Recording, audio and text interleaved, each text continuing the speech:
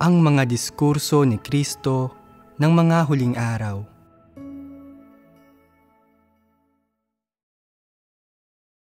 Paano tumatawid ang tao patungo sa bagong kapanahunan? Naunawaan ba talaga ninyo ang lahat ng sinabi ko? Alam ba ninyo kung paano tumawid sa bagong kapanahunan? At alam ba ninyo kung anong mga aspeto ang kailangan ninyong baguhin? Kung mula sa anong mga aspeto papasok? Marahil ay hindi ninyo nauunawaan ito. Bagamat nagkaroon ng kaunting pagpasok ang mga tao noon, kulang pa rin sila sa maraming aspeto at hindi nila natugunan ang mga hinihingi ng Diyos. Ngayon, nagsasalita ng napakaraming salita ang Diyos upang akayin ang mga tao sa bagong kapanahunan. Bakit palaging nagkikimkim ang mga tao ng mga kuro-kuro tungkol sa mga salita ng Diyos at sa kanyang gawain? Ipinapakita nito na hindi nila nakamit ang katotohanan noon at nawala silang katotohanang realidad. Bagamat nagagawa mong tanggapin ang mga salita ng Diyos kapag binabasa mo ang mga ito ngayon, bakit sa iyong totoong buhay ay hindi mo maisagawa ang katotohanan at sa halip ay palagi kang kumikilos ng mapaghimagsik sa Diyos at sumasalungat sa Kanya? Bakit kapag nangyayari ang mga bagay sa iyo, palagi kang may sariling mga ideya at kumikilos ayon sa sarili mong kagustuhan, ngunit hindi mo kayang sumunod sa Diyos? Ito ay dahil napakaraming bagay ng laman at bagay ng sariling kagustuhan sa loob mo. Palaging iniisip na ang daan mo ang tamang daan. Maganda ang pakiramdam ninyo kapag nakikinig sa isang sermon at wala kayong kinikimkim na mga kuro-kuro. Ngunit kapag may nangyayari sa inyo, gusto ninyong isagawa ang katotohanan pero nawawalan kayo ng kontrol at kusang lumilitaw ang mga mapanghimagsik na bagay sa loob ninyo. Sinasabi ko na masyado kayong mapanghimagsik at kung hindi kayo nananalig sa akin, maaari kayong gumawa ng isang talaan. Sa tuwing makaririnig ka ng isang pagbigkas ng Diyos, itala mo kung anong mga kuro-kuro ang umuusbong sa puso mo at kung ano ang iyong mga iniisip at pagkatapos ay ilantad ang mga bagay sa loob mo. Himay-himayin ang mga ito, ihambing ang mga ito sa mga salita ng Diyos at malalaman mo kung hanggang saan ang iyong paghihimagsik. Ang pagsasagawa ng ganito ay kapaki-pakinabang para sa iyong pagpasok sa buhay. Dapat kang maglakas loob na harapin ang mga katunayan at maglakas loob na ibunyag ang iyong sarili. Kapag naglakas loob kang ibunyag ang iyong sarili, pinapatunayan nito na mayroon kang pusong tumatanggap sa katotohanan, isang pusong bumibitiw sa mga kuro-kuro at nagpapasakop sa Diyos. Dapat mong talikdan ang iyong sarili. Huwag pa ulit-ulit na maghimagsik laban sa Diyos sapagkat mali iyon. Hindi maaari na nananalig sa Diyos ngunit hindi marunong sumunod sa Kanya. Sa oras na madali na para sa iyo na sundin ang Diyos, magkakaroon na ng kapayapaan at kagalakan sa iyong puso. Labis ka nang matutuwa kapag binabasa mo ang mga salita ng Diyos. Mahahanap mo na ang mga salitang sasabihin kapag nananalangin ka sa Diyos at magiging mas malapit ka sa Kanya. Yaong mga palaging naghihimagsik laban sa Diyos ay hindi kailanman nagnanais na isagawa ang katotohanan at kapag binabasa nila ang mga salita ng Diyos, hindi nila lubos na naiintindihan ang mga salita. Magkakaroon pa ba ng kapayapaan at kagalakan sa kanilang puso? Kapag nakatatagpo ng mga isyu ang mga tao, lumilitaw ang kanilang mga kuro-kuro at imahinasyon at hindi nila maiwasan ang mga ito. Dapat kang magbulay-bulay at magnilay-nilay. Iniisip na, paano nangyari ang problemang ito? Paano lumitaw ang ganitong uri ng kuro-kuro? Saan matatagpuan ang pinagmulan nito? Dapat kang magdasal sa Diyos, magbasa ng mga salita ng Diyos, unawain ang usaping ito, at kapag nalutas na ang problema, magkakaroon ka ng pagpasok sa buhay. Kung hindi mo praktikal na lulutasin ang iyong mga problema sa ganitong paraan, palaging paniniwalaan na hindi isang malaking bagay ang magkimkim ng ilang kuro-kuro na kusang mawawala ang mga ito matapos ang ilang araw, at nasa sandaling mawala na ang mga ito, mangangahulugan na hindi ka nagkikimkim ng mga kuro-kuro, palagi mong iisipin na wala kang mga kuro-kuro, samantalang sa katunayan ay kapag lumilitaw ang mga kuro-kuro, binabaliwala mo ang mga ito at hinahayaan na lang. Pakiramdam mo noong oras na iyon ay walang pinsalang nagawa at pagkatapos ay tumatanggi kang aminin na mayroon kang anumang pinsala. Karaniwan, kapag hindi sumasailalim ang mga tao sa pagtatabas at pagwawasto, kapag hindi nila kinakailangang harapin ang anumang hindi kanais-nais na sitwasyon, wala silang kinikimkim na mga kuro-kuro at nakakalimutan nilang mayroon sila niyon. Iniisip nila na kamangha-mangha sila na talagang wala silang mga kuro-kuro.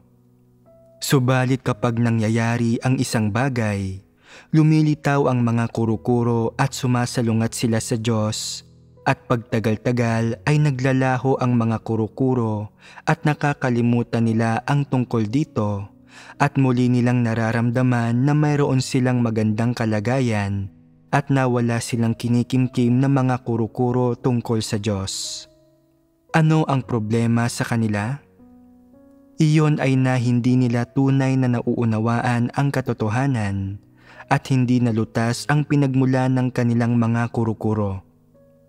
Kaya naman, paulit-ulit na lumilitaw ang ganitong mga uri ng kuro-kuro hanggang sa oras na may isang taong masusing magbabahagi sa kanila tungkol sa katotohanan at tuluyan ng malulutas ang kanilang mga kuro-kuro.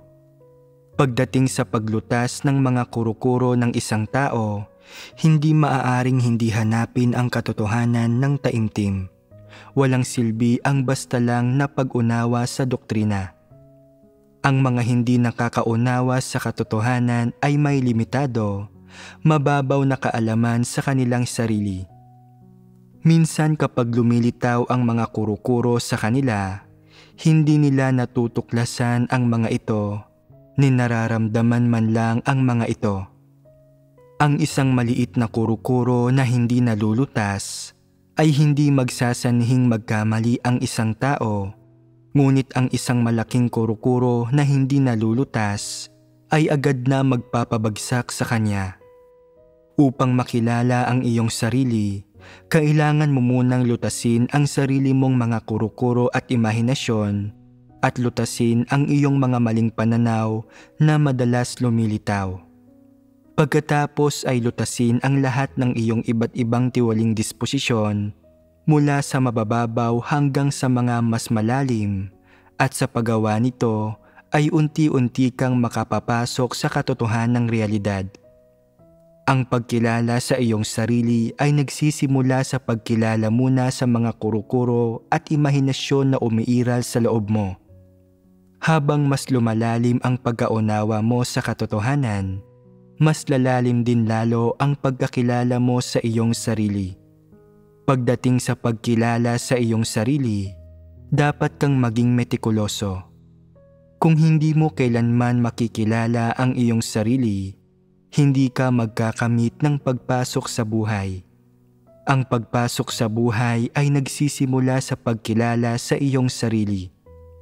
Kung nais mong magkamit ng pagpasok sa buhay, dapat maingat mong hanapin ang katotohanan, samantalahin ang mga pagkakataong malutas ang iyong mga isyu, at huwag palampasin ang kahit isa.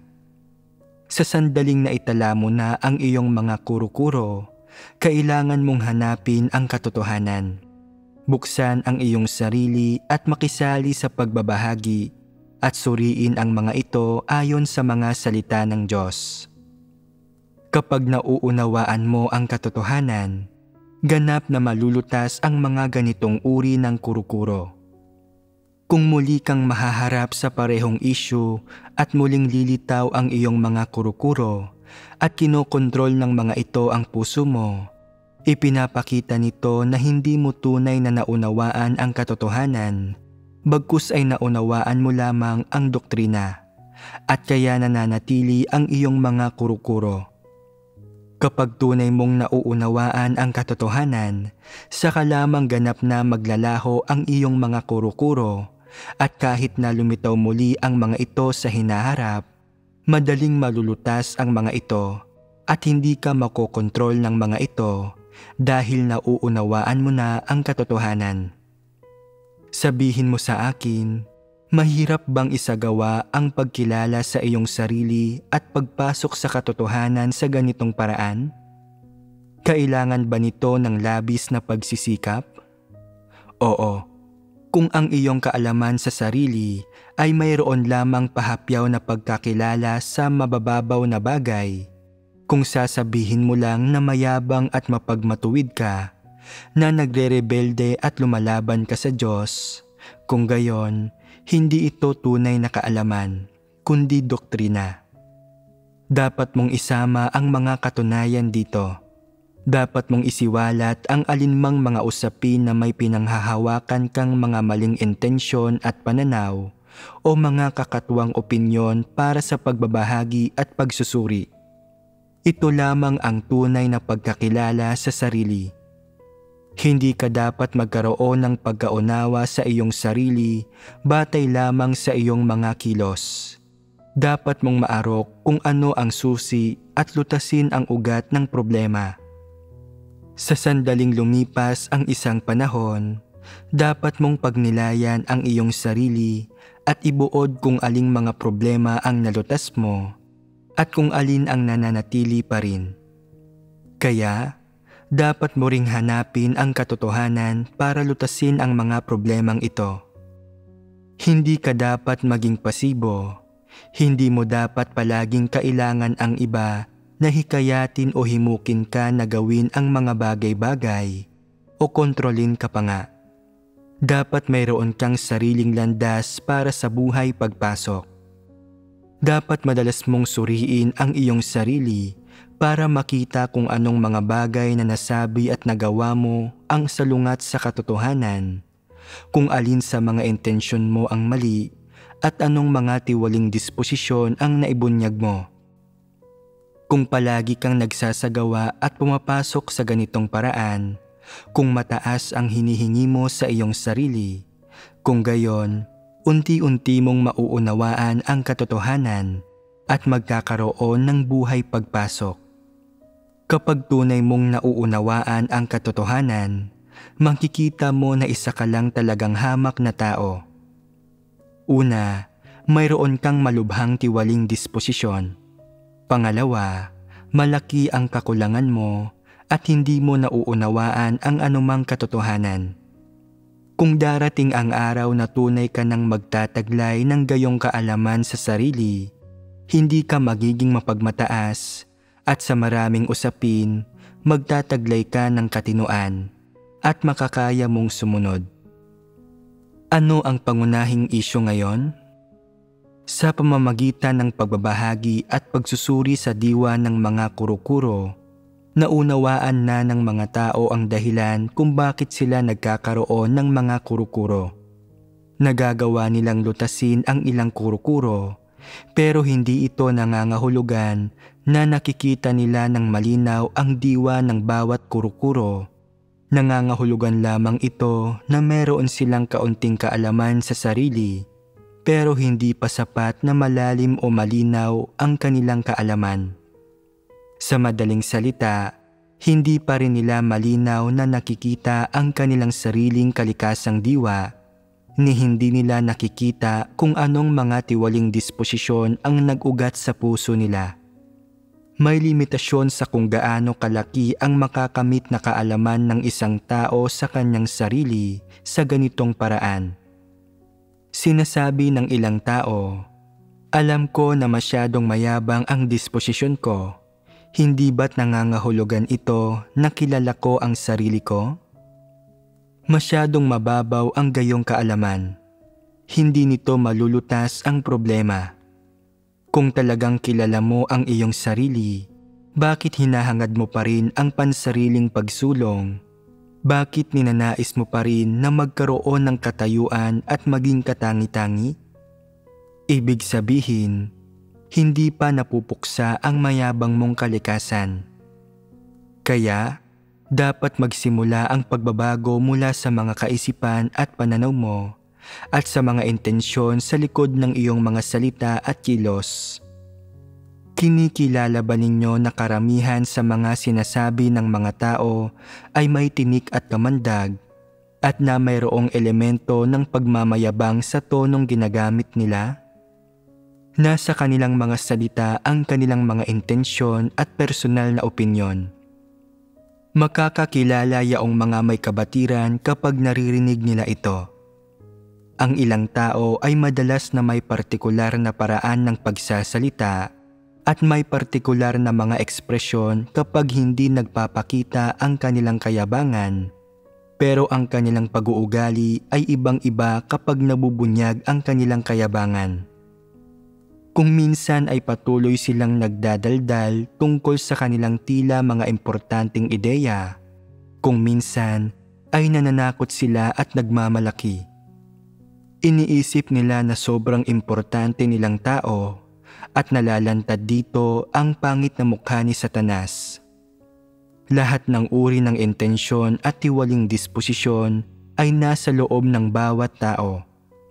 Katulad lang ng kung paanong kumikindat ang mga tusong tao kapag nagsasalita sila at palihim na sumusulyap sa mga tao. May tiwaling disposisyon na nakatago sa mga kilos na ito. Ang ilang tao ay nagsasalita ng hindi tuwiran at talagang hindi malaman ng iba ang ibig nilang sabihin.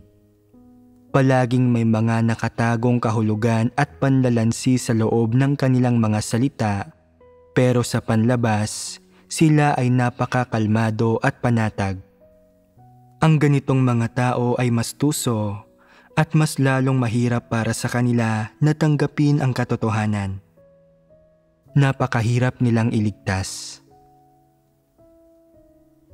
Noon, kapag nananalig sa Diyos ang mga tao, palagi silang kontento na sa pagkakaroon ng isang mapayapang tahanan at pagiging maayos ng lahat ng kanilang ginagawa, at naniwala sila na nangangahulugan ito na tiyak na mahal sila ng Diyos at nalulugod siya sa kanila. Kung nakokontento ka lang sa mga bagay na ito, hinding-hindi ka makatatahak sa landas ng paghahangad sa katotohanan. Huwag makontento sa kung gaano kahusay o kaayos ang buhay mo sa panlabas. Hindi mahalaga ang mabababaw na bagay na iyon. Ang pagliligtas ng Diyos sa mga tao ngayon ay kinasasangkutan ng paglilinis at pagbabago sa mga bagay na malalalim ng nakabaon sa mga tao na nauukol kay Satanas. Hinuhukay ang ugat ng mga ito at inilalantad ang mga ito mula sa diwa at kalikasan ng tao. Bakit palaging sinusuri ng Diyos ang mga pananaw at intensyon ng tao? Ito ay dahil ang kalikasan ng tao ay napakalalim na nakabaon. Hindi tinitingnan ng Diyos kung paano mo ginagawa ang mga bagay-bagay o kung ano ang hitsura mo o kung gaano ka katangkad, ni hindi siya tumitingin sa kung anong uri ng pamilya ang meron ka o kung may trabaho ka o wala. Hindi tumitingin ang Diyos sa mga bagay na ito. Ang pangunahing bagay na tinitingnan ng Diyos ay ang iyong diwa upang malutas ang diwa at ugat ng iyong mga problema. Sa makatuwid, huwag maging kontento lamang sa isang mapayapang tahanan at pagiging maayos ng lahat ng bagay. Iniisip na pinagpapala ka ng Diyos, mali ito.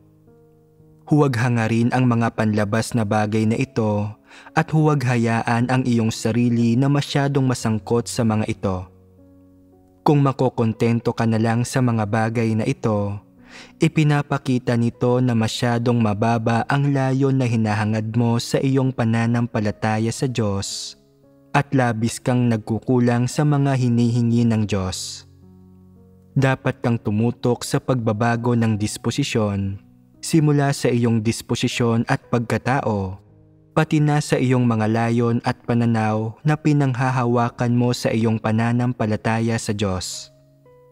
Sa ganitong paraan, kapag nakikipag-ugnayan ka sa mga taong kasisimula pa lang manalig sa Diyos o hindi pa tumanggap sa Kanya, makikita nila sa iyong anyo na sumailalim ka na sa pagbabago at na talagang iba ang hinahangad mo. Sinasabi nila, sa aming pananampalataya sa Diyos, hinahangad naming kumita ng mas maraming pera, magkaroon ng katayuan, makapasok sa kolehiyo ang mga anak namin, at makahanap ang aming mga anak na babae ng nararapat na kapareha. Bakit hindi mo hinahangad ang mga bagay na ito? Tinitingnan mo ang mga bagay na ito na para bang mga dumi ito at ganap na walang halaga. Kung gayon, paano ka nananalig sa Diyos? Pagkatapos ay magbabahagi ka sa kanila kung kumusta ang karanasan mo, kung anong mga tiwaling disposisyon ang mayroon ka, kung paano ka tinatabasan at iwinawasto ng Diyos, pinarurusahan at hinahatulan ka, kung paano mo pinagninilayan ang iyong sarili at nauunawaan ang mga bagay-bagay, at kung paano ka nagsisisi at nagbabago. Kapag nagkita kayo ng mga tao, nararamdaman nila kung gaano kapraktikal ang pagbabahagi mo, na medyo nagtutustos ito sa kanila at kapaki-pakinabang para sa kanila, at na hindi ka basta lang nagbibigay ng mabababaw na sermon para hikayatin at payuhan ang mga tao. Magagawa mong magsalita tungkol sa pagpasok sa buhay at kaalaman sa sarili, at patutunayan nito na tunay kang isang tao na nasa bagong kapanahunan, tunay na isang bagong tao. May ilan ngayon na pinag-uusapan pa rin ang mga bagay ng nakaraan, sinasabing, nananalig ako noon sa Panginoong Hesus, at saan man ako magpunta para gumagawa ng dakilang gawain ang banal na espiritu. Kapag ipinapalaganap ko ang ebanghelyo, marami ang handang makinig sa akin, at kung sino man ang ipinagdarasal ko ay mabilis na gumagaling.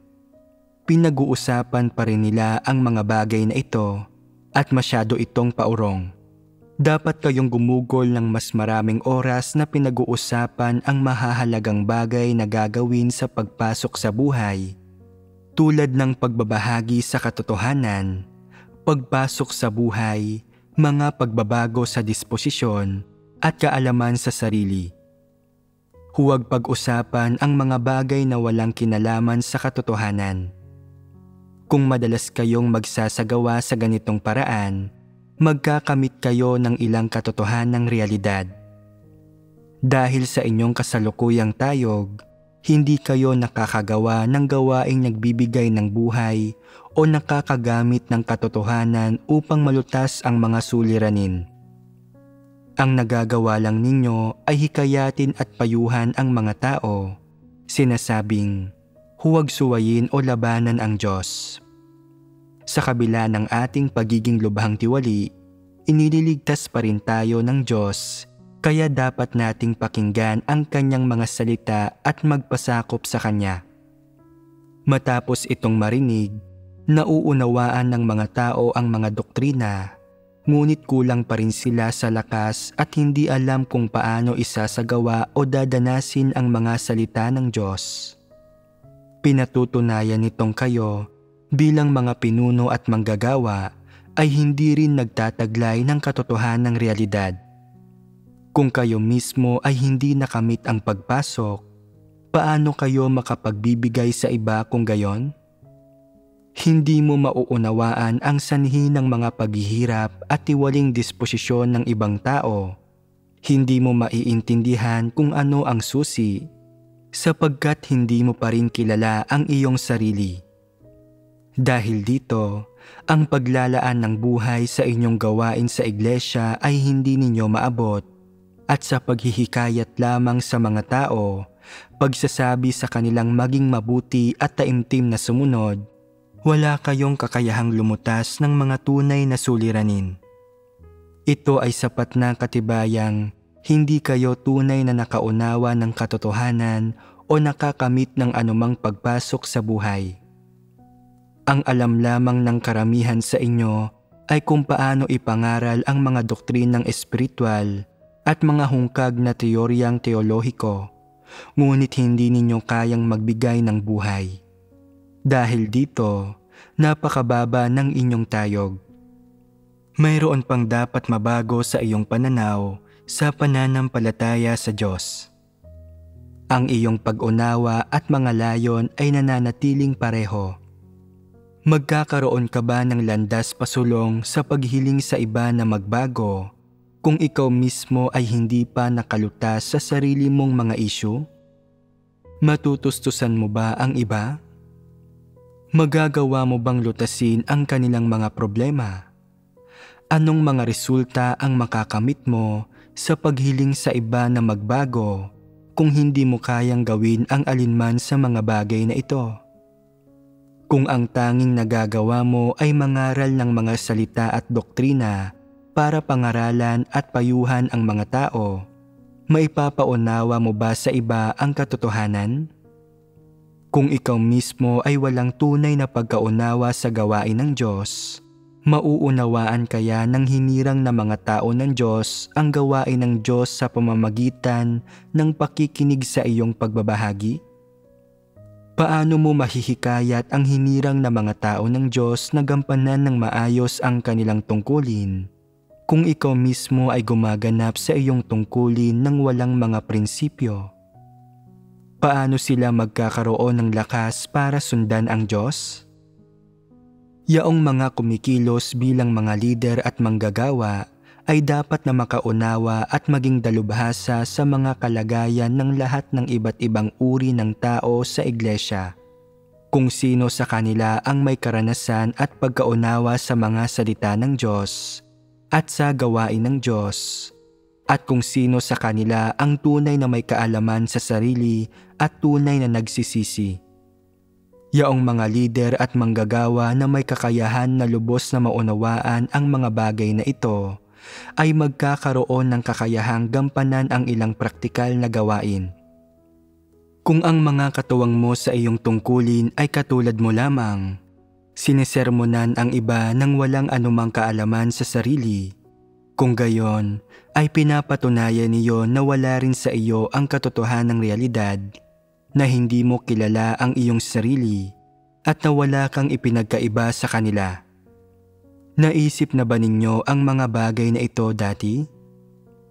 Ang alam lang ninyo ay, nabigyan ako ng kapangyarihan dito, may katayuan ako, isa akong opisyal sa iglesia, at mayroon na akong posisyon kung saan makakapangaral ako sa iba. Tumutuon ka lang sa katayuan at katanyagan sa kung paano mangaral sa iba at magbigay ng mga sermon, kung ano ang sasabihin para makinig ang iba sa iyo, para magkaroon ka ng impluwensya sa ilang iglesia at magtamo ng mataas na katanyagan, at para matibay na maitatag ang iyong posisyon. Ang pagtutok lamang sa mga bagay na ito ay nagpapatunay na naligaw ka na. Ang pagpasok sa isang bagong kapanahunan mula sa isang lumang kapanahunan ay hindi lamang nangangahulugan na nagbabago ang mga paraan ng paggawa at pagsasabi ng mga tao. Bagkus ay nangangailangan din ito na magkaroon sila ng mas mataas na pagpasok, na magbayad ng higit pang halaga upang tuluyan ng matalikdan ang kanilang laman, upang bitiwan ang mga pagtatangi ng laman, upang hangarin lamang ang katotohanan bilang kanilang buhay at isabuhay ang isang tunay na wangis ng tao. Sa ganitong paraan lamang sila tunay na makakaranas ng puspusang pagbabago. Sa paggawa ng bagong gawain, kinakailangang gumawa ang Diyos ng mga bagong kahilingan sa tao, At sa pagkapit sa mga luma, tradisyonal na mga kuro-kurong iyon, pinababagal lamang ng tao ang mga bagay-bagay. Ang ilang tao ay may bulag na pananampalataya sa Biblia at hindi kailanman humihiwalay rito. Kaya ba nilang magkamit ng buhay at makilala ang Diyos sa pamamagitan ng paggawa nito? Hindi. Talagang hindi. Sa loob ng maraming henerasyon, binasa ng mga Pariseyo ang Biblia at sa huli ay ipinako nila sa krus ang Panginoong Hesus na nagpapahayag ng katotohanan. Paanong nangyari iyon? Kung talagang naunawaan nila ang Biblia, dapat ay nakilala nila ang Diyos.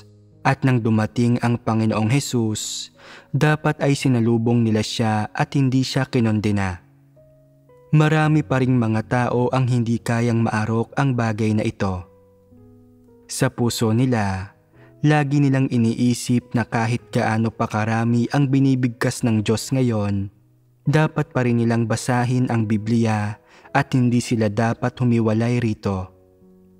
Nangangahulugan ito na sa huli ay naaalala nila ang maraming nakasulat sa Biblia, ngunit hindi nila nauunawaan ang mga katotohanang ipinahahayag ng Diyos o naisasagawa ang mga ito. Sa huli, wala silang anumang tunay na patotoong batay sa karanasan at sila ay pinalalayas. Hindi ba't nakakahiya ito? Sa katunayan, marami na ngayon ang madalas na nagbabasa ng Biblia, ngunit napakakaunti ang binabasang mga salita ng Diyos. Matalinong bagay ba na gawin ito o isang kahangalan?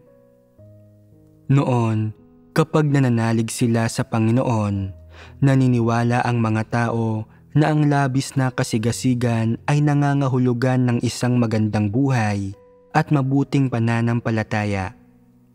Kapag sinabi ngayon na kung may kasigasigan lamang at walang pagbabago sa disposisyon, hindi dapat purihin ng Diyos ang isang tao, palaging iniisip ng ilan na hindi makatarungan ang pakikitungo ng Diyos sa gayong mga tao. Naiwasto ko na noon ang ilang taong may kasigasigan lang pero walang pagbabago sa disposisyon.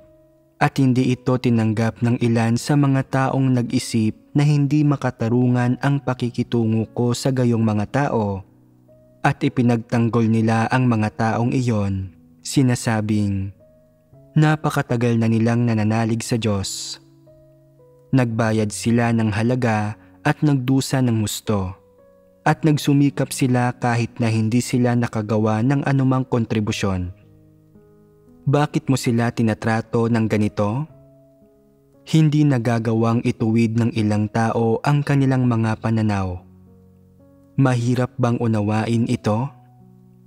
Nakikita ng mga tao kung paano ginagawa ng iba ang mga bagay sa panlabas, samantalang nakikita ng Diyos ang kanilang diwa at ibang-iba ang bagay na iyon.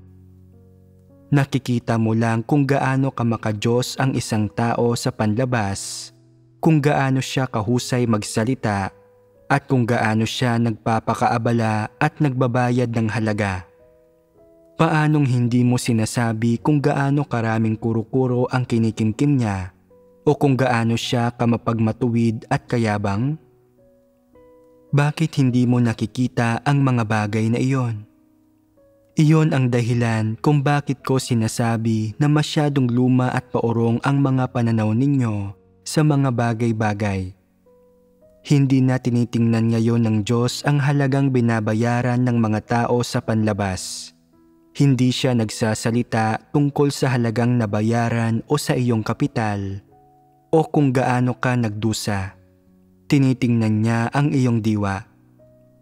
Ano ang mga prinsipyo sa paggamit ng mga tao sa nakaraang kapanahunan? Ang sinumang labis na masigasig, sinumang nagpapakaabala at gumugugol sa kanyang sarili, sinuman ang pinakamatagal nang nananalig sa Diyos, at sinuman ang pinakamatanda at walang asawa. Kapag mas umaangkop ang isang tao sa paglalarawang ito, mas mataas ang katanyagang mayroon siya at mas may kakayahang maging leader. Hindi na mahalaga ang mga bagay na iyon. Ang diwa ng isang tao ang mahalaga dahil ang susi sa pananalig sa Diyos ay kung ano ang diwa ng isang tao, kung kaya ba niyang sambahin ang Diyos at kung kaya niyang tanggapin ang bagong gawain ng Diyos. Kung ngayong pumarito na ang Diyos sa katawang tao ay hindi mo siya kilala, ano ang ipinapahiwatig niyon tungkol sa diwa mo? Hindi ba't ipinapahiwatig nito na ang diwa mo ay lumalaban sa Diyos? Depende ito sa kung umaayon sa Diyos o hindi ang iyong mga pananaw at intensyon. Kung kaya mong tanggapin ang tunay na daan at talikdan ang mga dati mong intensyon at kuro-kuro, matatanggap at pagpapalain ng Diyos ang mga taong katulad mo. May mga prinsipyo sa kung paano ginagamit ng Diyos ang mga tao sa kanyang gawain. Hindi niya tinitingnan ang iyong kapital, pinanggalingang pamilya, katanyagan o katayuan. Hindi niya ginagamit ang mga lumalaban sa kanya. Hindi ba't maaantala lamang niyon ang kanyang gawain? Palaging pinag-uusapan ng mga tao ang kanilang kapital, labis ang kayabangan nila. Sila ay mga dyablo. Hindi natin pinag-uusapan ang mga bagay tulad ng paghahandog, paggugol sa sarili, kapital at katanyagan. Walang saysay na pag-usapan ang mga bagay na iyon. Sino man ang pinakasinsero sa Diyos at pinakahandang sumunod sa Diyos ay magtataglay ng katotohanang realidad at sinasang-ayunan natin ang gayong mga tao. May saysay pa bang tingnan ang panlabas? Maaaring magbago ang ilang bagay sa panlabas ng isang tao, ngunit maraming bagay sa loob ng kalikasan nila ang hindi magbabago at darating ang panahon na lilitaw ang mga ito.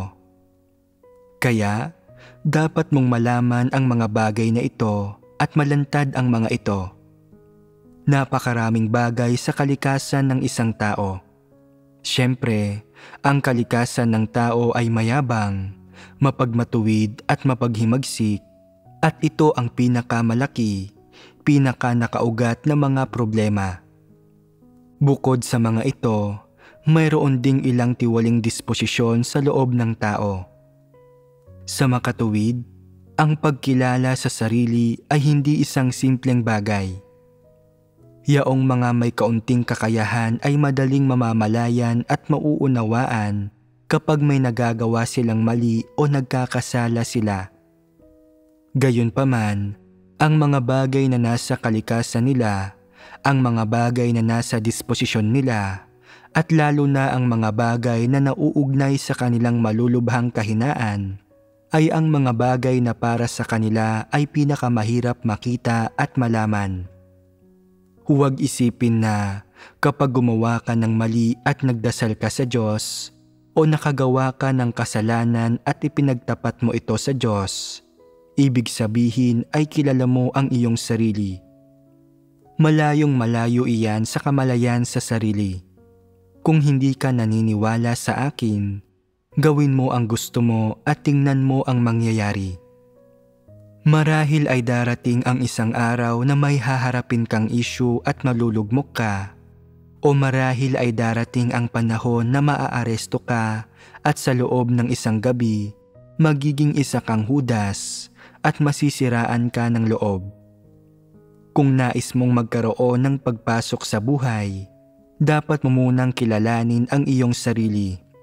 Kung nais mong magtamo ng pagbabago sa disposisyon, kung gayon ay mas lalong dapat mong pagnilayan at kilalanin ang iyong sarili sa pamamagitan ng mga salita ng Diyos. Kapag nagkaroon ka ng isang daan pasulong sa pagkakilala sa sarili, kapag mas lumalalim ang pagkilala mo sa sarili, at kapag natuto ka kung paano isagawa ang katotohanan, likas kang magkakaroon ng pagpasok sa buhay. Nagsisimula rin ang pagbabago sa disposisyon sa puntong ito. Kung tunay mong nakikilala ang iyong sarili, magkakaroon ka ng daan pasulong sa pagpasok sa buhay at pagbabago ng disposisyon at magiging mas madali para sa iyo ang mga bagay na ito.